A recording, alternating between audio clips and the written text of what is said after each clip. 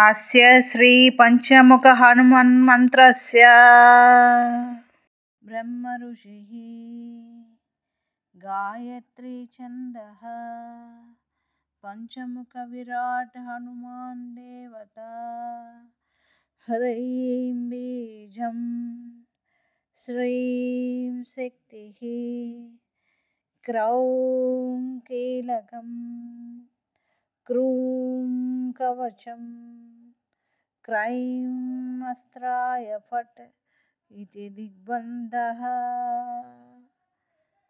श्रीगरुड उवाच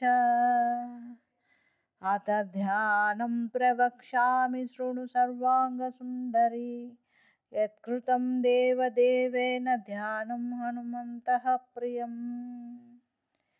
पञ्चवक्त्रं महाभीमं त्रिपञ्चनयनैर्युतं बाहुभिर्दशभिर्युक्तं सर्वकामार्थसिद्धिदम्।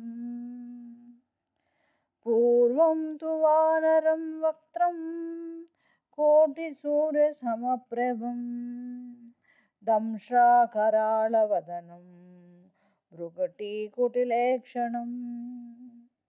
अस्यैव दक्षिणं वक्त्रं नारसिंहं महाद्भुतम् अत्युग्रतेजो वपुषं भीषणं भयनाशनम्। पश्चिमं गारुडं वक्त्रं वक्रतुण्डं महाबलम् सर्वनागप्रशमनं विषभूतादिकृण्डनम्। उत्तरं सौकरं वक्त्रं कृष्णं दीप्तं नभोपमम् पातालसिंहवेतालज्वररोगादिकृण्डनम्। ऊर्ध्वं हयाननं घोरं दानवान्तकरं परम् येन वक्त्रेण विप्रेन्द्र तारकाख्यं महासुरम्।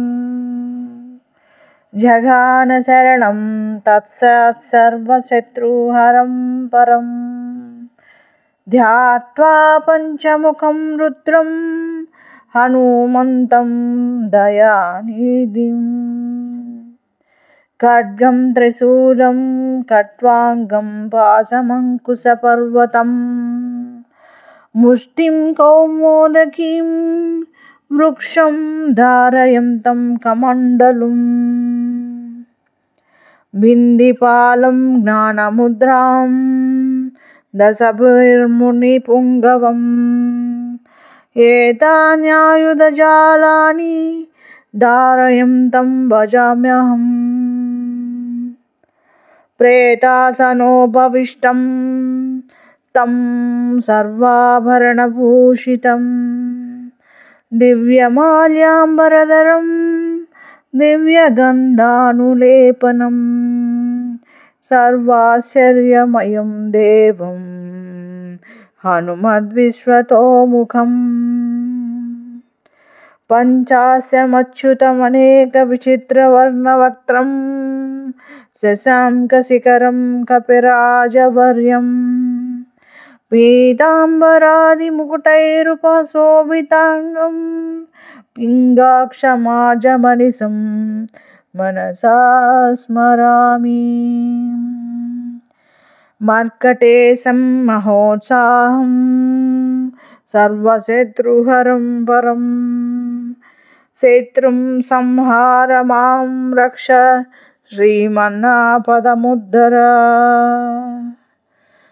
हरिमर्कटमर्कटमन्त्रमिदं परिलिख्यति वामतले यदि नश्यति शत्रुकुलं यदि मुञ्चति वामलता। ॐ हरिमर्कटाय स्वाहा। ॐ नमो भगवते पंचवदनाय पूर्वकपिमुखाय सकलशत्रुसंहारकाय स्वाहा। ॐ नमो भगवते पंचवदनाय दक्षिणमुखाय कराळवदनाय नरसिंहाय सकलभूतप्रमदनाय स्वाहा। ॐ नमो भगवते पञ्चवदनाय पश्चिममुखाय गरुडाननाय सकलविषहराय स्वाहा। ॐ नमो भगवते पञ्चवदनाय उत्तरमुखाय आदिवराहाय सकलसम्पत्कराय स्वाहा। ॐ नमो भगवते पञ्चवदनाय ऊर्ध्वमुखाय हयग्रीवाय सकलजनवशङ्कराय स्वाहा। ॐ अस्य श्रीपञ्चमुखहनुमन्त्रस्य श्रीरामचन्द्र ऋषिः अनुष्टुप् छन्दः पञ्चमुखवीर हनुमान् देवता हनुमान् इति बीजम् वायुपुत्र इति शक्तिः अंजनीसुत इति कीलकम् श्रीरामदूत हनुमत्प्रसाद सिद्ध्यर्थे जपे विनियोगः इति ऋष्यादिकं विन्यसेत्। अतः करन्यासः ॐ अंजनीसुताय अंगुष्ठाभ्यां नमः। ॐ रुद्रमूर्तये तर्जनीभ्यां नमः। ॐ वायुपुत्राय मध्यमाभ्यां नमः। ॐ अग्निगर्भाय अनामिकाभ्यां नमः। ॐ रामदूताय कनिष्ठिकाभ्यां नमः। ॐ पञ्चमुख हनुमते करतलकरपृष्ठाभ्यां नमः। अदाङ्गन्यासः ॐ अंजनीसुताय हृदयाय नमः। ॐ रुद्रमूर्तये शिरसे स्वाहा। ॐ वायुपुत्राय शिखायै वषट्। ॐ अग्निगर्भाय कवचाय हुम्। ॐ रामदूताय नेत्रत्रयाय उषट्। ॐ पञ्चमुख हनुमते अस्त्राय फट्। पञ्चमुख हनुमते स्वाहा इति दिग्बन्धः। अथ ध्यानम्। वन्दे वानरनारसिंहखगराट्क्रोडाश्ववक्त्रान्वितम् दिव्यालङ्करणं त्रिपञ्चनयनं देदीप्यमानं रुचा। हस्ताब्जैरसिकेटपुस्तकसुधा कुम्भाङ्कुशाद्रिं हलम्। कट्वाङ्गं फणिभूरुहं दशभुजं सर्वारिवीरापहम्। हदमन्त्रः ॐ श्रीरामदूताय आञ्जनेयाय वायुपुत्राय महाबलपराक्रमाय सीतादुःखनिवारणाय लङ्कादहनकारणाय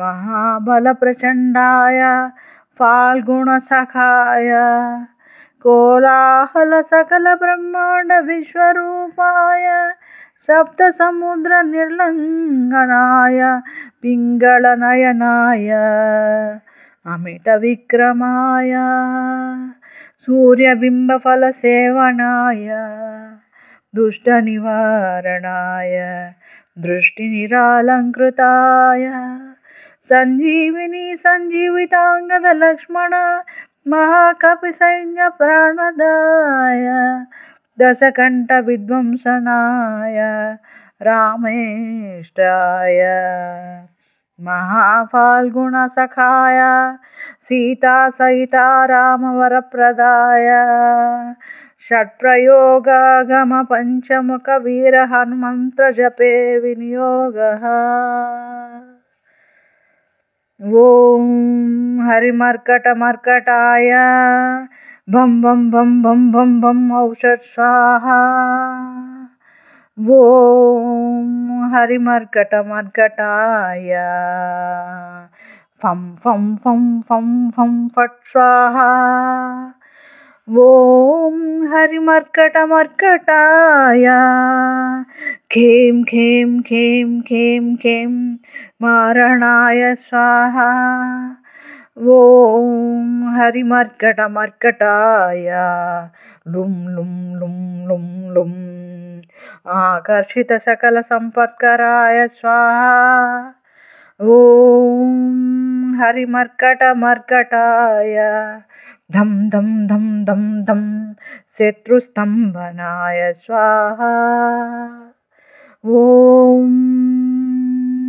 ठं ठं ठं ठं ठं कूर्ममूर्तये पंचमुखवीर हनुमते परयंत्र परतंत्रोच्चाटनाय स्वाहा।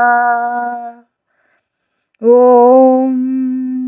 खं खं घं घं झं छं छं झं झं झं टं टं ढं ढं नं तं तं धं धं नं फं फं भं भं हं यं रं लं वं शं शं शं हं लं क्षं स्वाहा इति दिग्बन्धः।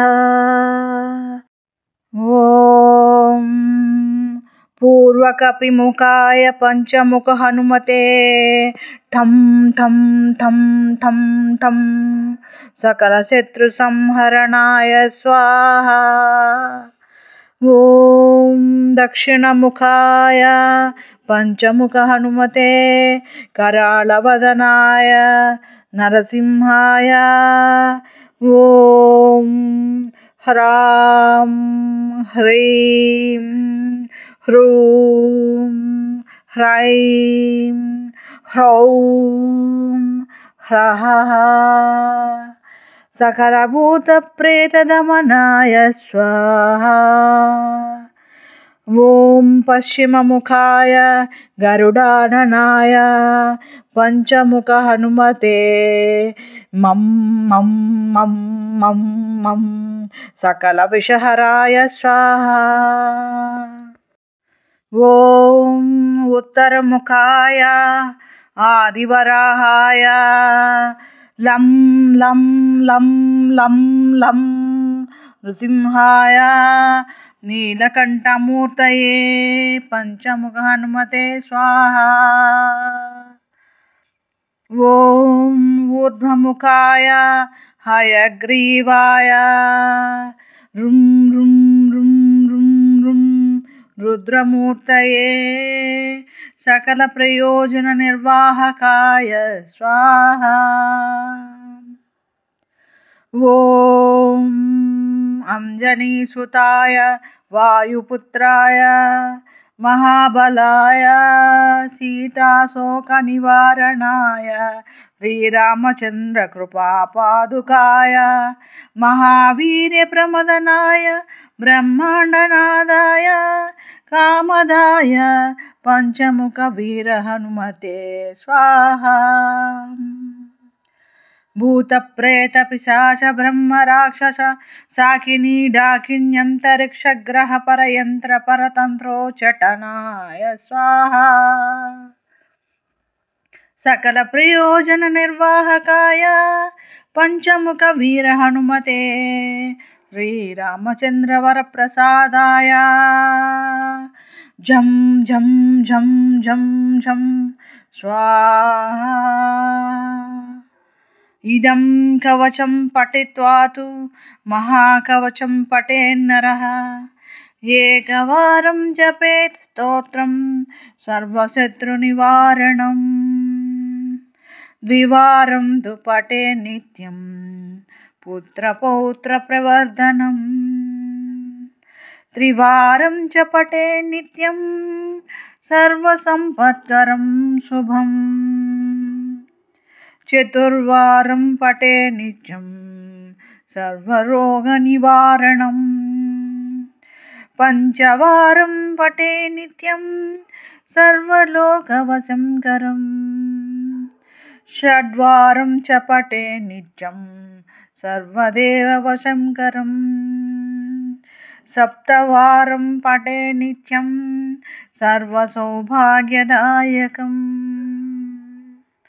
अष्टवारं पठे नित्यं मिष्टकामार्थसिद्धिदम् नववारं पठे नित्यं राजभोगमवाप्नुयात् दशवारं पठे नित्यं त्रैलोक्यज्ञानदर्शनम् रुद्रावृत्तिं पठे नित्यं सर्वसिद्धिर्भवेत् ध्रुवम् निर्बलो रोगयुक्तश्च महाव्याध्यादिपीडितः कवचस्मरणेनैव महाबलमवाप्नुयात् इति सुदर्शनसंहितायां श्रीरामचन्द्रसीता प्रोक्तं श्रीपञ्चमुखहनुमत्कवचम्।